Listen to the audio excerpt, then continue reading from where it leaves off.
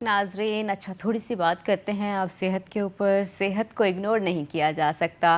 ज़ाहिर सी बात है, सेहत बहुत ज़्यादा इम्पॉर्टेंट है। जब सेहत होती है तो दुनिया के तमाम रंग, खूबसूरती, हर चीज़ हमें नज़र आती है। लेकिन सेहत अगर हमारे पास अच्छी मौजूद नहीं होती, हम अच्छी सेहत में नहीं होते, तो हमें बहुत सी दुनिया की रंगीनी भी बेकार और फजूल सी लगना शुरू हो जाती हैं। तो कोशिश किया करें कि अपनी सेहत का ख्याल रखा करें। लेकिन ऐसे ही हम एक और मसले पर बात करेंगे, उसमें अंदाज़ा भी नहीं होता कि हमारी सेहत ख़राब हो रही है या नहीं हो रही। विटामिन डी की खामोश डेफिशिएंसी बहुत ज़्यादा आपकी ज़िंदगी में प्रॉब्लम्स लाती है। जिस्म में दर्द, काम ना करना, थकावट, और हम आइडेंटिफाई भी नहीं कर पाते कि हमें क्या प्रॉब्लम है। चिड़चिड़ापन, अजीब सा मूड रहता है। तो विटामिन डी की डेफिशिएंसी को कैसे दूर किया जाए, इसके ऊपर क्या काम किया जाए, और हमें कब डॉक्टर से रजू करना चाहिए, इसके ऊपर हम बात करेंगे। हमारे साथ मौजूद हैं डॉक्टर सादिया मजीद, पैथोलॉजिस्ट हैं। वेलकम करते हैं सादिया आपको। अस्सलाम वालेकुम। वालेकुम सलाम। कैसी हैं? मैं ठीक हूँ, आप सुनाएं, आप कैसी हैं? मैं बिल्कुल ठीक हूँ। अच्छा डॉक्टर साथिया, हम विटामिन डी के ऊपर बात करना चाहते हैं कि विटामिन डी की कमी को खामोश कमी क्यों कहा जाता है? हाँ जी, एक तो बहुत ज़्यादा शुक्रिया इस टॉपिक पे बात करने के लिए। विटामिन डी की कमी कमी पहले हमें ये समझना चाहिए विटामिन डी है क्या? हम्म। विटामिन डी जो है वो हमारे जिस्म में एक न्यूट्रिएंट है, जिसकी वजह जो बहुत ज़्यादा ज़रूरी है कैल्शियम और फास्फोरस की एब्जॉर्प्शन के लिए, हम्म। ताकि हड्डियाँ जो हैं हमारी वो मजबूत रहें, हमारे दांत मजबूत रहें और हम जो डेली एक्टिविटी है वो काम कर सकें। इसके अलावा हमारी कुव्वत मदाफ़ियत में इसका बहुत ज़्यादा रोल है विटामिन डी का। तो विटामिन डी की कमी को हम खामोश कमी इस वजह से कहते हैं कि बज़ाहिर जब इसकी कमी होती है हम्म। तो फौरन में नहीं पता चलती, हमें आहिस्ता-आहिस्ता जो है इसके सिम्पटम्स जो हैं वो अपीयर होना शुरू होते हैं, और जब इसकी डेफिशिएंसी बहुत ज़्यादा हो जाती है फिर हमें जाके पता चलता है, और जब फिर टेस्ट वगैरह कराते हैं तो फिर पता चलता है। इसलिए इसकी कमी को जो है ना विटामिन डी की जो है वो कि आहिस्ता-आहिस्ता क्योंकि ये कम होती है, तो इसको खामोश कमी कहा जा सकता है कि आहिस्ता-आहिस्ता कम हुई और हमें पता भी नहीं चला कि हमारी ज़िंदगी में जो है ना इसकी कमी हो गई। हमारे जिस्म को उतनी मिकदार विटामिन डी की नहीं मिली जो चाहिए थी हमारे जिस्म को कुव्वत मदाफ़ियत के लिए, हमारी हड्डियों को उसकी चाहिए थी कैल्शियम और फास्फोरस की एब्जॉर्प्शन के लिए। अच्छा। अच्छा, साथ में साथिया ये भी बताएं कि विटामिन डी हमारे जिस्म के लिए इतना इम्पॉर्टेंट क्यों है?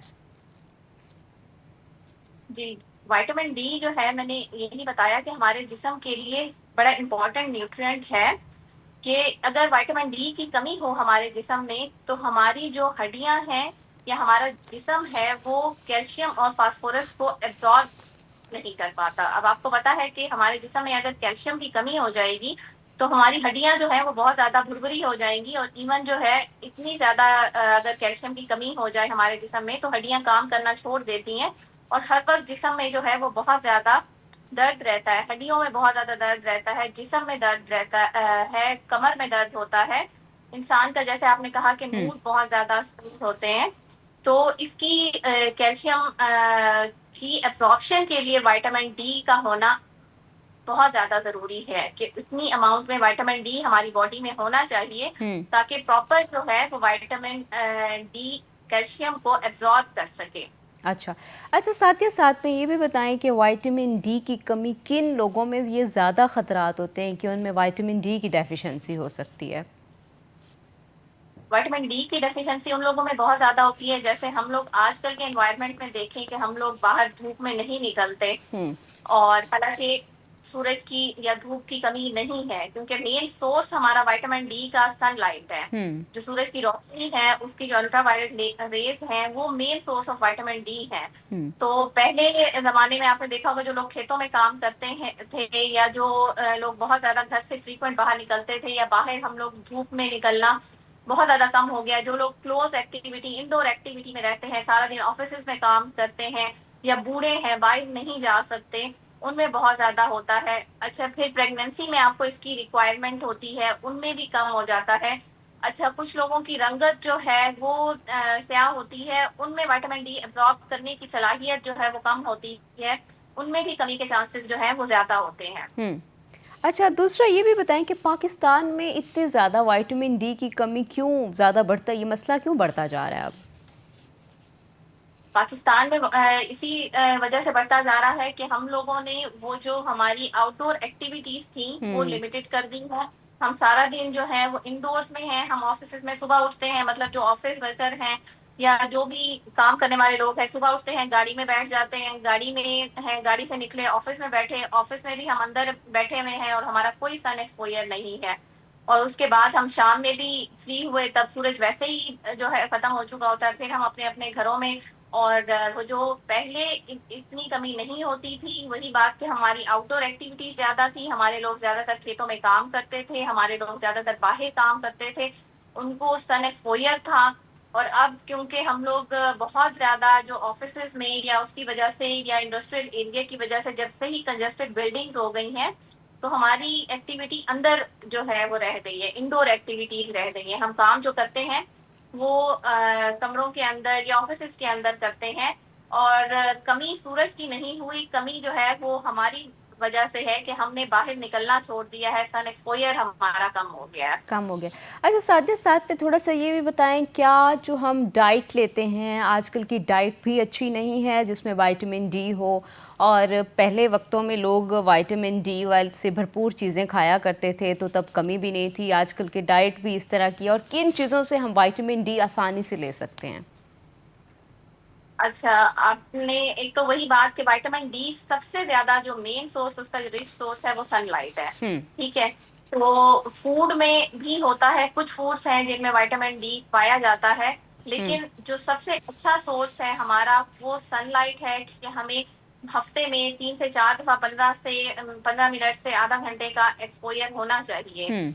और जिसमें जो है ना कवर्ड एक्सपोजर नहीं कि आप अपनी हाफ लेग्स को, बाजू को एक्सपोज करें हम्म। सनलाइट में। ठीक है, और जितना आपका फेस है वो एक्सपोज होता है या जो है आप सर भी इतना ढांपा हुआ हो, तो इस तरह से आपका एक्सपोजर होना चाहिए सनलाइट का। और जो आपने डाइट की बात की, डाइट में जो है फिश जो होती हैं, फैटी फिशेज हैं जैसे उनमें बहुत ज्यादा होता है, अंडे की जर्दी में बहुत ज्यादा होता है। और कुछ फोर्टिफाइड मिल्क है जैसे जो एनरिच्ड, अब उनको फोर्टिफाइड, वैसे मिल्क में विटामिन डी नहीं है, कैल्शियम होता है, बट मिल्क में कुछ लोग मिल्क को एनरिच कर देते हैं, विटामिन डी से फोर्टिफाइड करते हैं, और फिर वो उस मिल्क में, या फिर कुछ सीरियल्स ऐसे हैं जिससे हमें विटामिन डी जो है वो हासिल हो सकता है। लेकिन वैसे अंडे की जर्दी में होता है, या जो है मछली, कुछ मछलियों में जो है ना इसकी मिकदार पाई जाती है विटामिन डी की, जो अच्छा। बॉडी के लिए जरूरी होती है। अच्छा, साथ ही साथ में ये भी बताएं कि विटामिन डी की डेफिशिएंसी अगर किसी को होती है तो सिम्टम्स क्या आएंगे? और दूसरा ये भी बताएं कि उसके लिए हमें कौन सा टेस्ट कराना चाहिए जहां से हमें अंदाज़ा होगा कि विटामिन डी की डेफिशिएंसी है हमें। सिम्टम्स जो है विटामिन डी की डेफिशिएंसी में, हमारे जिस्म में बहुत ज्यादा दर्द होगा, हड्डियों में दर्द होगा क्योंकि कैल्शियम एब्जॉर्प्शन नहीं होगी, तो हड्डियां आपकी बहुत ज्यादा मुतासिर होंगी, हड्डियों में बहुत ज्यादा पेन होगा, बैक एक होगी, हमें चिड़चिड़ापन हो जाएगा, मूड स्विंग्स हमारे बहुत ज्यादा होंगे। उसके अलावा हर वक्त बंदा थका थका रहता है। लेकिन जरूरी नहीं जिनकी हड्डियों में दर्द हो उनको विटामिन डी की ही कमी हो, वो प्रॉपर जब तक उसका टेस्ट नहीं कराया जाता, जिसको 25 हाइड्रोक्सी, हेलो। जी जी, मैं आपको सुन पा रही हूँ, कंटिन्यू कीजिए। अच्छा, मैं दोबारा कंटिन्यू करूं इसको? जी जी, कंटिन्यू कीजिए। हाँ जी, इसका जो विटामिन डी का टेस्ट होता है, vitamin D 3, 25 hydroxy vitamin D 3 के नाम से होता है टेस्ट, जो करवाया जाता है। जी जी, ठीक है। और उसमें उसकी लेवल अगर 30 से 100 नैनोग्राम पर ml हो तो हम्म। वो नॉर्मल लिमिट है। अगर 20 से 29 हो तो इनसफिशिएंसी कहा जाता है हम्म। कैल्शियम, इसकी विटामिन डी की। और अगर 20 से कम हो तो फिर हम इसको कहते हैं कि विटामिन डी जो है वो डेफिशिएंट है हमारी बॉडी में। ठीक। अच्छा, साथ। मतलब इनसफिशिएंसी, एक ठीक। चीज इनसफिशिएंसी है और एक चीज डेफिशिएंसी है, तो जब 20 से कम होती है डेफिशिएंसी, फिर उसकी प्रॉपर ट्रीटमेंट करते हैं, अच्छा। फिर अ, हम मेडिसिन देते हैं। ओके। अच्छा, साथ ही साथ में ये भी बताएं, बहुत सारे लोग विटामिन डी का कोई टेस्ट नहीं कराते, उसके बगैर ही कोई सप्लीमेंट्स या विटामिन डी के कोई इंजेक्शन, जो भी विटामिन डी की चीज़ें होती हैं, मेडिसिन होती हैं, उनको इस्तेमाल करना शुरू कर देते हैं। क्या डॉक्टर से पहले पूछना चाहिए, उसके बाद इस्तेमाल करनी चाहिए? बिल्कुल ऐसा ही है। पहले तो वही बात है कि अपना टेस्ट कराना चाहिए, हुँ, विटामिन डी की लेवल अपना चेक करवाएँ। अगर वो 30 से 100 के बीच में है, हुँ, नॉर्मल है, तो इट मीन्स कि आपको विटामिन डी की ज़रूरत नहीं है। हुँ, और अगर वो इनसफिशिएंसी है उसकी, जैसे 20 से 29 के दरमियान है, तो वो डॉक्टर्स उसके मुताबिक आपको प्रिस्क्राइब करेगा। उसमें डाइट भी इम्प्रूवमेंट करते हैं और मेडिसिन भी देते हैं। उसमें आपको इतनी ज़्यादा विटामिन डी 3 इंजेक्शंस जो पीने पड़ते हैं, उसकी ज़रूरत नहीं होती। लेकिन जब डेफिशिएंसी होती है, उसमें फिर हम प्रॉपर जो है, बातों का जिस्म में दर्द किसी और वजह से भी हो सकता है। हुँ, तो हुँ, लोगों को दर्द लगता है कि हमारे जिस्म में दर्द हो रहा है, हमारे पट्टे कमज़ोर हैं, हमारे जो है ना बहुत ज़्यादा जो है ना ऐसे थकावट है। तो वो उसको विटामिन डी डेफिशिएंसी से कोरिलेट करके खुद ही से एम्प्यूल के लास्ट टाइम हमने जब डॉक्टर को चेक कराया था, तब उन्होंने दे दिया था। तो अभी मैं विटामिन डी शुरू कर देता है, तो उससे टॉक्सिसिटी भी हो जाती है। फिर आपका जब 100 से अबव लेवल हो जाता है हुँ, विटामिन डी का, हुँ। तो फिर विटामिन डी की टॉक्सिसिटी हो जाती है और वो फिर नुकसानदेह होती है। इसीलिए डॉक्टर से अच्छा, साथ कंसल्ट में